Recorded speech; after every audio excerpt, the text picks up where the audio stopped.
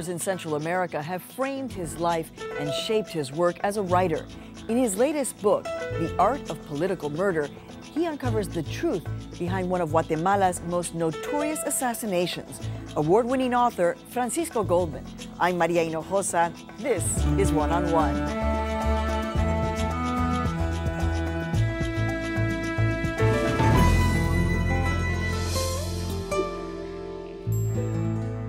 When your uncle said, look, there's a war going on, did you understand? Not really. I began to understand. It was fascinating because I'm living at my uncle's house, working on my New York City love stories, right? They were the most apolitical. You're a New York City bartender who's trying to figure out life as a writer. And meanwhile, yeah, you know, you're picking up the papers every day and you're beginning to see the codes, right? Because Guatemala was basically, that happened to be the most violent year for the city.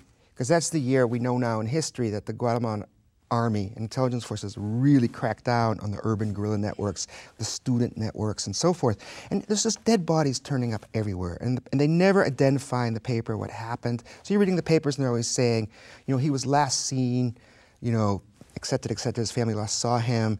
The mother says he wasn't involved in politics. You know, always these little code words, right? And they'd say, you know, body found.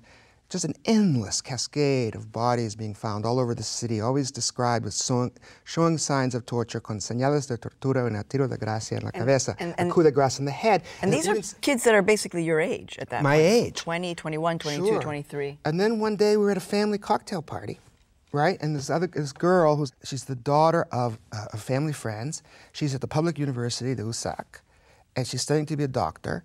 And she's just telling me about like part of their medical school practice, because it's the public university, it's the free university, and they do their forensic studies at the morgue. And she says to me, you have to see what it's like in there.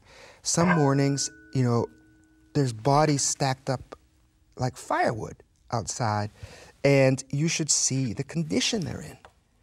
And that's the moment where my life changed, really. That's the moment, because I could so easily have gone, you know, wakala, no, I don't want to see that. Or the journalist in me opened up at that moment, right? And I said, yeah, okay, I'll go see it.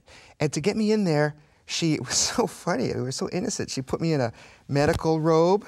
I even had like the little stethoscope around my neck, and, you know, and she said, don't say anything. If anyone asks us anything, I'll just say, you know, I'll do the talking.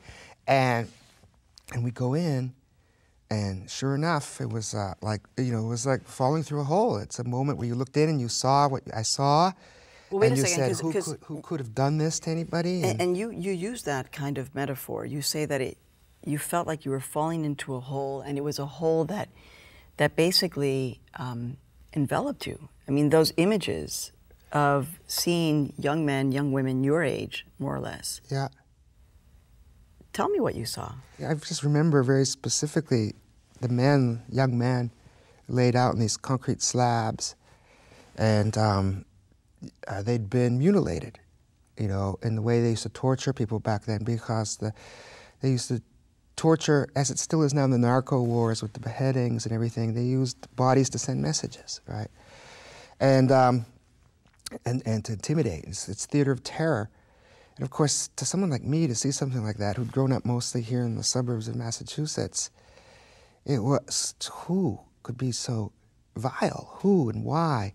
And who are these people? And why do they do it? And what's behind all of this? And this whole series of questions opened up.